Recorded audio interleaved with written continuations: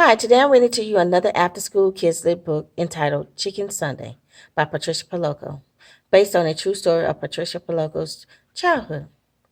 Just a brief overview of the story before we begin. Patricia and two of her friends, Stuart and Winston, and Miss Eula would attend church sometimes on Sunday. When they would walk home from church, Miss Eula would admire this beautiful bonnet that she saw in Mr. Kandinsky's window. She really wanted a hat, but she knew she couldn't afford it. So Patricia, Winston, and Stuart decided to purchase the hat, but realized they did not have enough money to do so. So they decided to go and ask Mr. Kandinsky if they could work in his shop to purchase the hat. And on their way, they took a slight detour behind the shop through an alleyway and saw three boys. The three boys threw eggs at Mr. Kandinsky's door, and as the boys ran away, Mr. Kidz opened the door and saw Patricia, Stuart, and Winston standing there, and accused them of throwing the eggs at his door. So, scared, they went home and told Miss Eula what happened after Mr. Kidz had called her. Miss Eula knew that they were innocent, so they had to prove to Mr. Kidz that they were innocent. So here we go with the book entitled Chicken Sunday by Patricia Poloco.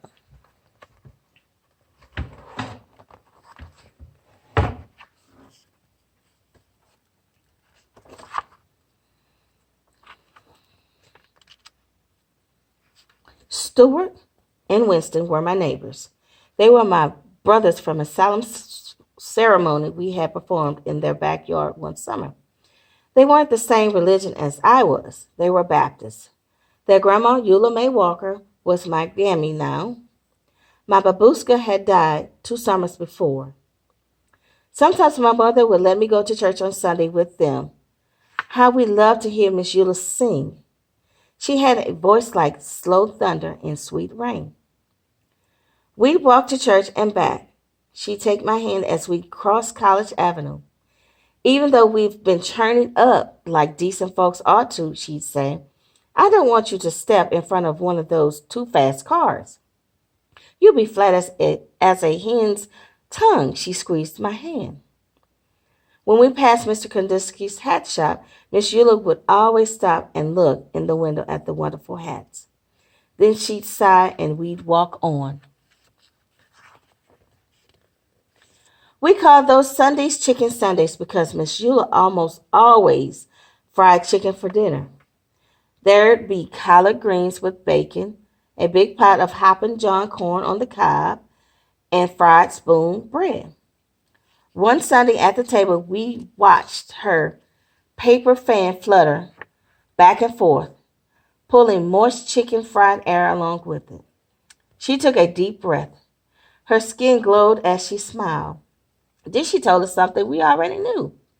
That Easter bonnet in Mr. Kandinsky's window is the most beautiful I've ever did see, she said thoughtfully. The three of us exchanged looks. We wanted to get her that hat more than anything in the world. Stuart reached into the hole in the trunk of our wish tree in the backyard. He pulled out a rusty Band-Aid tin. The three of us held our breath as we counted the money inside that we had been saving for weeks. If we're going to get that hat for Miss Eula in time for Easter, we're going to need a lot more than this, I announced. Maybe we should ask Mr. Kandinsky if we could sweep up his shop or something to earn the rest of the money, Stuart said. I don't know, Winnie said fearfully. He's such a strange old man. He never smiles at anyone. He always looks so mean. We all agreed that it was worth a try anyway. The next day, we took a shortcut down the alley in the back of the hat shop. Bigger boys were there. They were yelling. Eggs flew past us and pelted Mr. Kandinsky's back door. Just as the boys ran away, the door flew open. Mr. Kandinsky glared straight at us.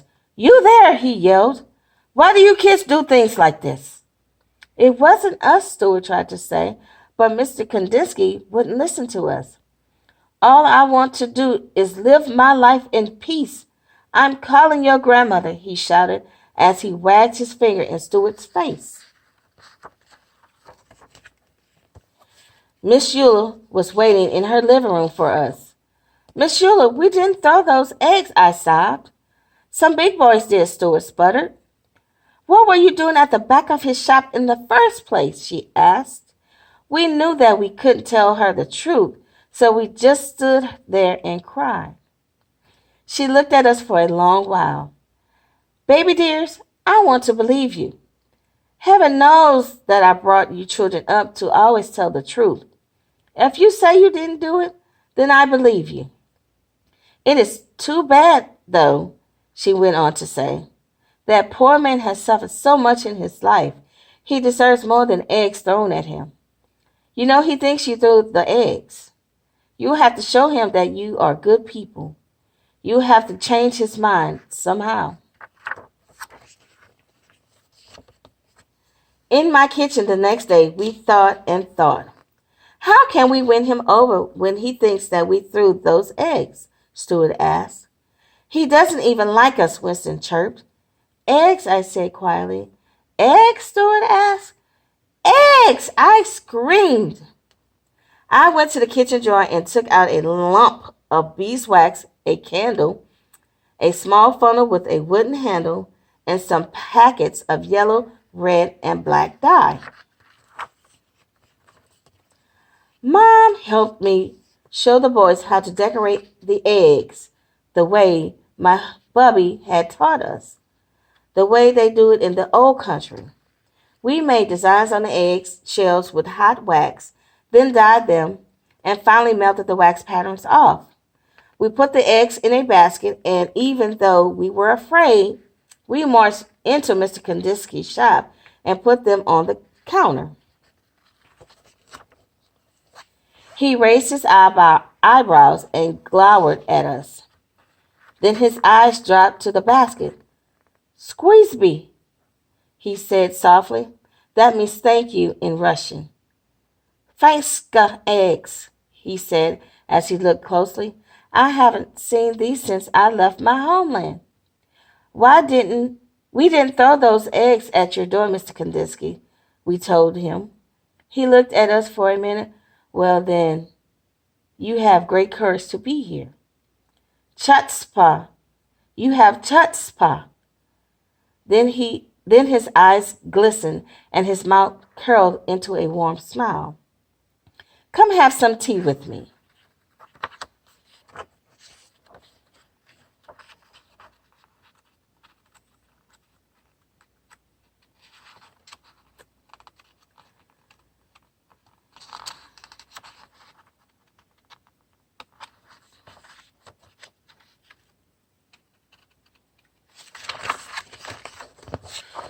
We spent the whole afternoon talking together, having poppy seed cake and strong tea.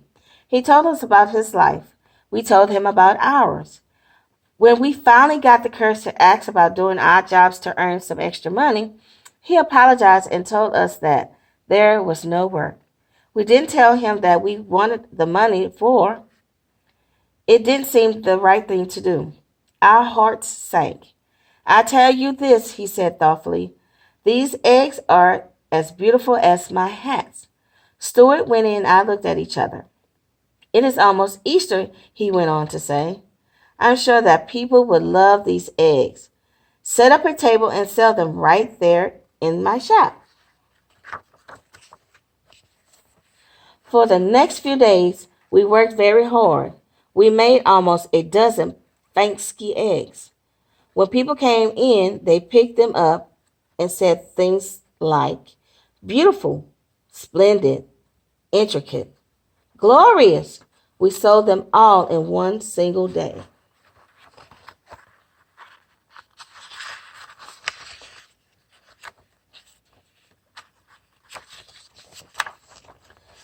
That afternoon, all the eggs were gone. We counted our money. We had more than enough for the hat. Just as we were about to tell Mr. Kandinsky that we wanted to buy the hat, He came out of the back room holding a beautiful hat box, gift wrapped. Keep your money, children, he said softly. I have seen Miss Sheila admire this hat. It is for her, isn't it? Tell her that I know you are very good children. Such good children.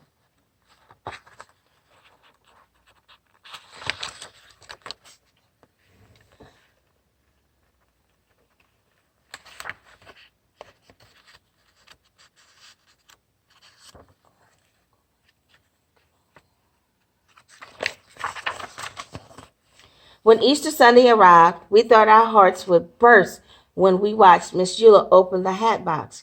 She held us close as big tears rolled down her cheeks.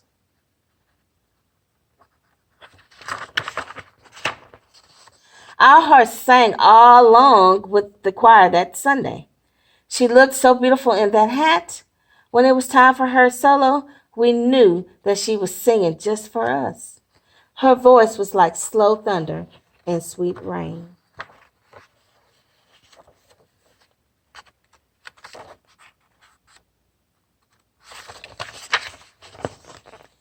Later that day, Miss Eula sat at the head of the table.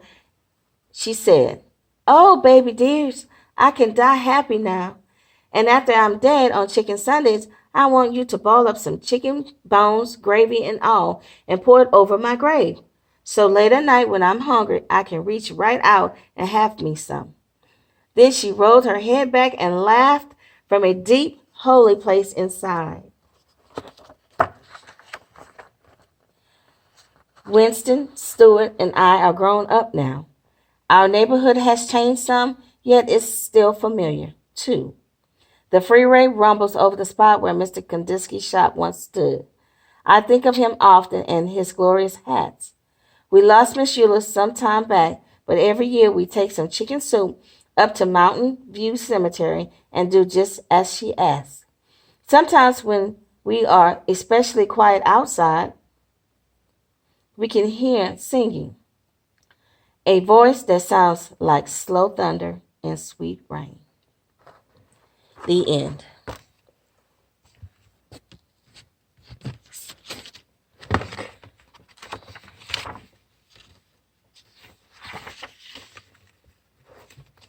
A few of the activities that you can do with this book, Chicken Sunday,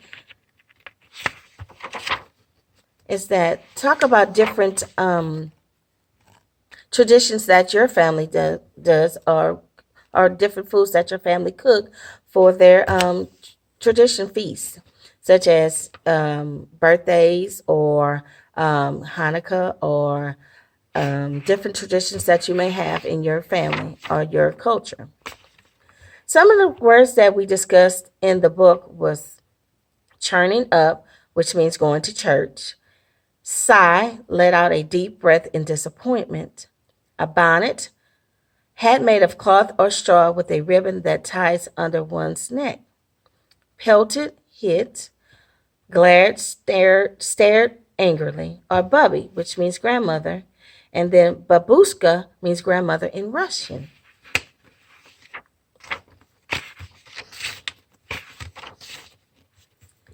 An activity that I chose to do today for the book was called Family Recipes. So what I did was got index cards, pencil or pen or crayons, and decided to write down different recipes that I like to do with my mom or my family um, as a tradition. This one is an old fashioned apple pie. I wrote down the ingredients and then I could make it with my mom or my grandmother or as a family and sit down and have a discussion and talk about how we did and as a tradition to carry on in the future. Also, I did food art. I got a white paper plate, different foods that I like to eat, or you can purchase them, or something that you have laying around, or you can draw. I'm not a really good drawer, but I did my best. And that's all that we ask, that you do your best. My favorite foods are red beans, and I really, really, really enjoy eating fried chicken. So drew my fried chicken here. And then I decided to share with my family. My son also loves red beans as well as fried chicken. You can also make a cookbook with your recipes that you write out with your family. You can do desserts, main course, salads, drinks, juices, anything of that nature as a family. Last but not least, you can write a letter to Miss Eula or any character in the book, and it's going to show how the openness and creativity and the love that you have for your parents or for the characters in the book. Um, get them to write about how they admire the character or characters that they chose to write about. You may choose to share the letter with your group or with your family, or just decide to mail it off to Miss Patricia Paloco, care of her publisher. So this is just a few activities that you can do with any book that you have in the Kids Lit collection. Do your activities, do the introduction first to get the kids involved in what the book is about. Then read the book and ask questions, different sight words, cool words as they are called in the book, and just get them to understand what these words mean. Also, the activities, just one or two activities that you can do, or do all the activities, whichever one you think that the kids would enjoy the most. This is Adrienne coming to you with another after school Kids Lit book entitled Chicken Sunday. See you next time. Goodbye.